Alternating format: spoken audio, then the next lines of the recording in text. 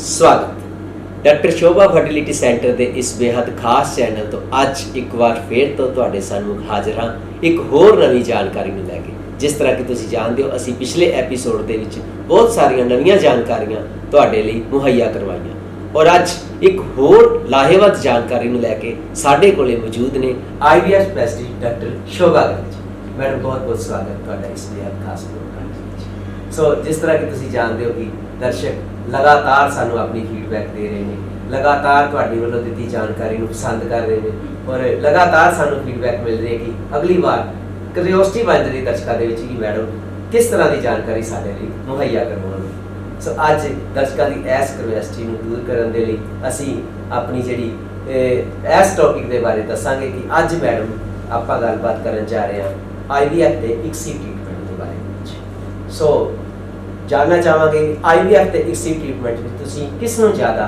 Preference दिंदे हो ते इस ट्रीटमेंट का की फायदा है इस दे बारे साडे दर्शकों नूं जरूर दसो। बहुत सारे पेशेंट्स बहुत कंफ्यूज होंगे है कि IVF की है ICSI की है, उन्होंने समझ नहीं आता कि करना चाहिए कि नहीं करना चाहिए। Basically IVF in vitro fertilisation का मतलब है कि जो असी लैब दे विच यानी कि बॉडी तो बाहर एम्ब्रियो बनाने स्पर्म के अंडे तो उन्होंने IVF कहते हैं।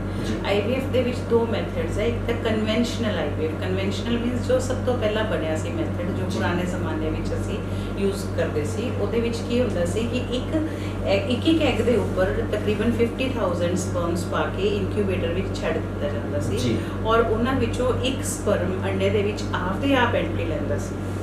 और इस प्रोसैस दे विच कई बारी की हुंदा है कि जे अगर कई बारी स्पर्म दे विच अगर कोई ऐसा फैक्टर होवे जिहदा आपां ना देख सकीए, आपां नूं देखण तो स्पर्म बिल्कुल नॉर्मल लग रहा है, सारा कुछ ठीक है, पर कई बारी टोटल फर्टिलाइजेशन फेलियर हो जाता है यानी कि एक भी स्पर्म अंडे दे विच एंट्री नहीं लैंदा, उदों पेशेंट का बहुत लॉस हो जाता है। या कई बारी बहुत थोड़े जिन्ने अंडे हुंदे उन्हें उस तो बहुत थोड़े अंडिया दे विच स्पर्म जा पाते तो थोड़े एम्ब्रियो बनते हैं। कई बार इस तरह भी हो जाता है कि एक एग दे विच दो स्पर्म एंट्री ले लेंदे है, उहदे नाल भी वो एबनॉर्मल एम्ब्रियो हो जाता है, वो बेकार हो जाता है।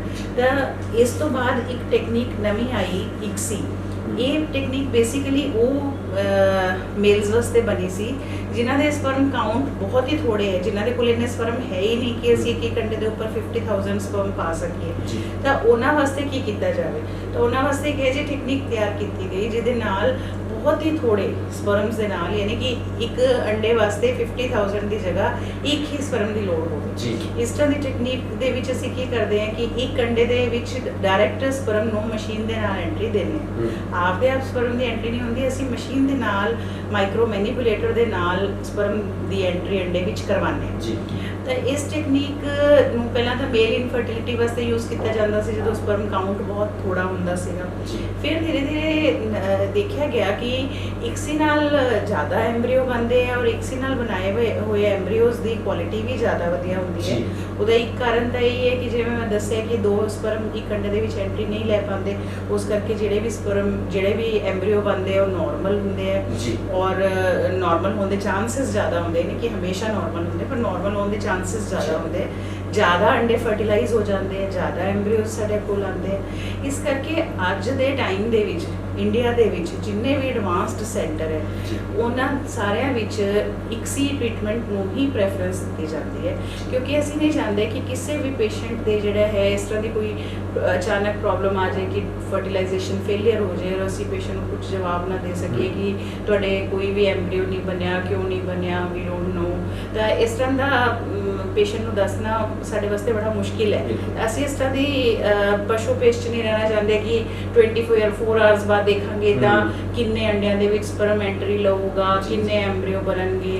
वो सारी चीज़ां दा हल यही है कि असीं डायरैक्ट जिहड़ा है अंडे दे विच स्पर्म दी एंट्री ICSI मशीन नाल करवा दिंदे हैं। हुण सवाल ये उठदा है कि ICSI सारे सेंटर्स क्यों नहीं कर पाते। पहली गल जिहड़े मोस्टली सेंटर्स जिहड़े नवें खुलते हैं उन्हां कोल ICSI टेक्निक हुंदी ही नहीं है। इंडिया में ये प्रॉब्लम है कि कोई भी कुछ भी लिख के लगा दिंदा है पर उस चीज़ की कोई वेरीफिकेशन नहीं की जा सकती। पेशेंट को की पता कि पेशेंट बाहर बोर्ड लग्या हुआ ICSI तो अंदर लैब दे विच ICSI मशीन है या नहीं है, पेशेंट को नहीं पता होंदा।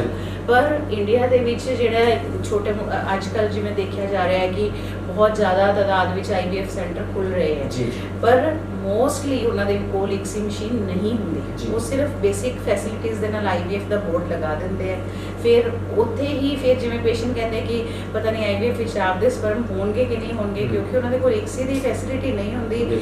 ਇਸ ਕਰਕੇ ਉਹ ਜਦੋਂ ਸਾਡੇ ਕੋਲ ICSI ਦੀ ਫੈਸਿਲਿਟੀ ਹੋਣ ਕਰਕੇ ਅਸੀਂ ਜੇ ਅਗਰ on the day of pickup husband ਦੇ ਸਪਰਮ ਵਧੀਆ ਨਹੀਂ ਵੀ ਆਉਂਦੇ ਤਾਂ ਵੀ ਉਹਦੇ ਹੀ ਸਪਰਮ ਯੂਜ਼ ਕਰ ਸਕਦੇ ਹਾਂ। ਅਗਰ ICSI ਦੀ ਫੈਸਿਲਿਟੀ ਨਹੀਂ ਹੈ ਤਾਂ ਸਾਨੂੰ ਪਤਾ ਹੈ ਕਿ ਅਗਰ ਥੋੜੇ ਸਪਰਮ ਹੈ ਤਾਂ ਨਹੀਂ ਐਮਬ੍ਰਿਓ ਬਣਨਗੇ, ਫਿਰ ਆਊਟਸਾਈਡ ਤੋਂ ਸਪਰਮ ਲੈਣ ਦੀ ਕੋਸ਼ਿਸ਼ ਕਰਦਾ ਹੈ ਡਾਕਟਰ। ਤਾਂ ਜਿਨ੍ਹਾਂ ਕੋਲ ICSI ਟੈਕਨੀਕ ਹੈ ਉਹ ਜ਼ਿਆਦਾ ਟਰਾਂਸਪੇਰੈਂਸੀ ਨਾਲ ਕੰਮ ਕਰ ਸਕਦੇ ਹੋ। ਇਹ ਸਾਰੇ ਫੈਕਟਰਸ ਹੈ। ਔਰ ਦੂਸਰੀ ਗੱਲ ਇਹ ਹੈ ਕਿ ਜਿਵੇਂ ਫਰੋਜ਼ਨ ਸਪਰਮਸ ਨਾਲ ਅਗਰ ਸਪੋਜ਼ ਆਪਾਂ IVF ਕਰਨਾ ਹੈ, ਕੋਈ ਹਸਬੈਂਡ ਹੈ ਜਿਹੜੇ ਕਿ ਵਾਈਫ ਦੇ ਨਾਲ 2-3 ਮਹੀਨੇ ਨਹੀਂ ਰਹਿ ਸਕਦੇ, ਸਿਰਫ ਉਹ ਆਉਂਦੇ ਆ ਫੌਰਨ ਤੋਂ ਆਪਦਾ ਸਪਰਮ ਫਰੀਜ਼ਿੰਗ ਕਰਾਉਂਦੇ ਆ ਔਰ ਚਲੇ ਜਾਂਦੇ ਆ, ਜਾਂ ਕਈ ਵਾਰੀ ਸਾਡੇ ਕੋਲ ਕੋਈ ਕਪਲ ਦੂਸਰੇ ਦੂਰੋਂ ਸ਼ਹਿਰਾਂ ਤੋਂ ਆਉਂਦੇ ਜਿਵੇਂ ਹਰਿਆਣਾ ਵਗੈਰਾ ਤੋਂ ਆਉਂਦੇ ਆ, ਉਹ ਰੋਜ਼-ਰੋਜ਼ ਨਹੀਂ ਆ ਸਕਦੇ ਜਾਂ on the day of pickup ਨਹੀਂ ਆ ਸਕਦੇ, ਅਸੀਂ ਉਹਨਾਂ ਦੇ ਸਪਰਮ ਫਰੀਜ਼ ਕਰ ਲੈਂਦੇ ਹਾਂ।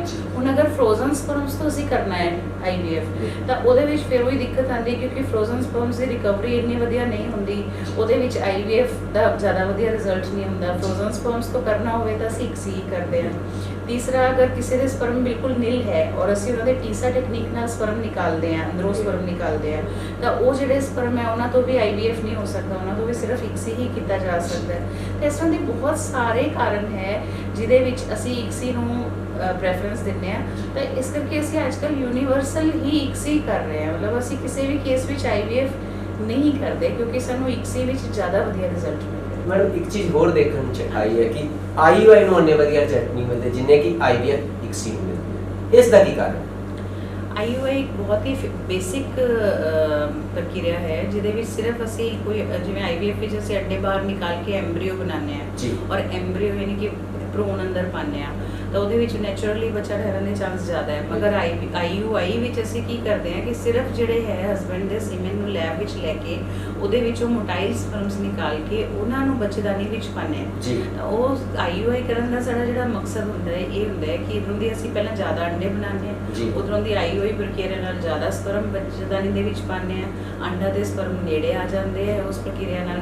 ਔਰ ਤੀਸਰਾ ਜਿਹੜਾ ਬੱਚੇਦਾਨ ਦਾ ਮਾਊਥ ਹੁੰਦਾ ਹੈ ਸਰਵਿਕਸ, ਉਸ ਜਗ੍ਹਾ ਤੇ ਕਈ ਵਾਰੀ ਕੁਝ ਇਸ ਤਰ੍ਹਾਂ ਦੇ ਐਂਟੀਬਾਡੀਜ਼ ਹੁੰਦੇ ਜੋ ਸਪਰਮਸ ਨੂੰ ਕਿਲ ਕਰਦੇ ਆ, ਐਂਟੀ ਸਪਰਮ ਐਂਟੀਬਾਡੀਜ਼ ਹੁੰਦੇ ਆ, ਉਹਨਾਂ ਨੂੰ ਅਸੀਂ ਬਾਈਪਾਸ ਕਰ ਲੈਂਦੇ ਹਾਂ। ਇਸ ਕਰਕੇ ਕੁਝ ਪੇਸ਼ੈਂਟਸ ਨੂੰ IUI ਨਾਲ ਰਿਜ਼ਲਟ ਮਿਲਦਾ ਵੀ ਹੈ ਪਰ ਓਵਰਆਲ IUI ਦਾ ਰਿਜ਼ਲਟ IVF ਦੇ ਕੰਪੈਰੀਜ਼ਨ 'ਚ ਬਹੁਤ ਥੋੜਾ ਹੈ।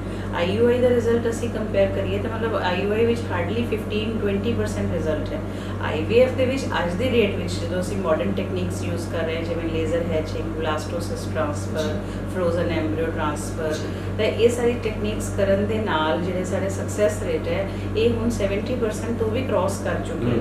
ਤਾਂ ਉਸ ਟਾਈਮ ਦੇ ਵਿੱਚ ਜਦੋਂ ਕਿ IVF ਵਿੱਚ ਆਪਾਂ ਨੂੰ IVF ICSI ਨਾਲ ਇੱਕੋ ਹੀ ਵਾਰੀ ਵਿੱਚ ਆਪਾਂ ਨੂੰ 70-80% ਰਿਜ਼ਲਟ ਮਿਲ ਰਿਹਾ ਹੈ ਔਰ IUI ਦੇ ਨਾਲ ਆਪਾਂ ਨੂੰ ਸਿਰਫ 15-20% ਰਿਜ਼ਲਟ ਮਿਲ ਰਿਹਾ ਹੈ, ਤਾਂ ਉਹਦੇ ਵਿੱਚ ਫਿਰ ਪੇਸ਼ੈਂਟ ਨੂੰ ਸੋਚਣਾ ਪੈਂਦਾ ਹੈ ਕਿ ਉਹ ਇੰਨਾ ਲੋ ਸਕਸੈਸਫੁਲ ਹੋਣ ਵਾਲਾ ਰਿਜ਼ਲਟ ਵਾਲਾ ਟ੍ਰੀਟਮੈਂਟ ਨੂੰ ਪ੍ਰੈਫਰ ਕਰਨਾ ਚਾਹੁੰਦੇ ਹੈ ਜਾਂ ਸਿੱਧਾ ਹਾਈ ਐਂਡ ਟ੍ਰੀਟਮੈਂਟ ਤੇ ਜਾਣਾ ਚਾਹੁੰਦੇ ਹੈ। ਬਿਲਕੁਲ ਪਰ ਮੈਡਮ ਜਿਸ ਤਰ੍ਹਾਂ ਦੀ ਤੁਸੀਂ ਜਾਣਕਾਰੀ ਦਿੰਦੇ ਹੋ ਵਾਕਈ ਸਾਨੂੰ ਦਰਸ਼ਕਾਂ ਵੱਲੋਂ ਬੜੀ ਅੱਛੀ ਔਰ ਵਧੀਆ ਫੀਡਬੈਕ ਮਿਲਦੀ ਹੈ ਔਰ ਤੁਸੀਂ ਅੱਜ ਵੀ IUI ਔਰ IVF IUI ਦੇ ਬਾਰੇ ICSI ਔਰ IVF IUI ਦੇ ਬਾਰੇ ਵਿੱਚ ਬਹੁਤ ਹੀ ਵਡਮੁੱਲੀ ਜਾਣਕਾਰੀ ਦਿੱਤੀ, ਤੁਹਾਡਾ ਬਹੁਤ ਬਹੁਤ ਧੰਨਵਾਦ। ਸੋ ਦਰਸ਼ਕਾਂ ਨੂੰ ਮੈਂ ਦੱਸਣਾ ਚਾਹਾਂਗਾ ਕਿ ਇਸ ਤਰ੍ਹਾਂ ਦੀ ਹੋਰ ਜਾਣਕਾਰੀ ਨੂੰ ਤੁਸੀਂ ਅਗਰ ਲੈਣਾ ਚਾਹੁੰਦੇ ਹੋ ਤਾਂ ਸਾਡੀ ਤੁਸੀਂ ਵੈਬਸਾਈਟ ਤੇ ਔਰ ਸਕਰੀਨ ਤੇ ਡਿਸਪਲੇ ਹੋ ਰਹੇ ਨੰਬਰਾਂ ਤੇ ਸਾਡੇ ਨਾਲ ਕੰਟੈਕਟ ਕਰ ਸਕਦੇ ਹੋ। ਤੁਸੀਂ ਅਗਰ ਆਪਣੀ ਪਸੰਦੀਦਾ ਜਾਣਕਾਰੀ ਨੂੰ ਵੀ ਲੈਣਾ ਚਾਹੁੰਦੇ ਸਾਡੇ ਕਮੈਂਟ ਬਾਕਸ ਦੇ ਵਿੱਚ ਜਾ ਕੇ ਆਪਣਾ ਕਮੈਂਟ ਕਰ ਸਕਦੇ ਹੋ ਤਾਂ ਕਿ ਅਸੀਂ ਮੈਡਮ ਦੇ ਅੰਦਰ ਛੁਪੀ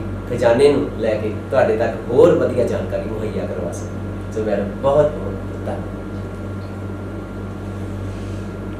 ਕਿਵੇਂ ਸੀ?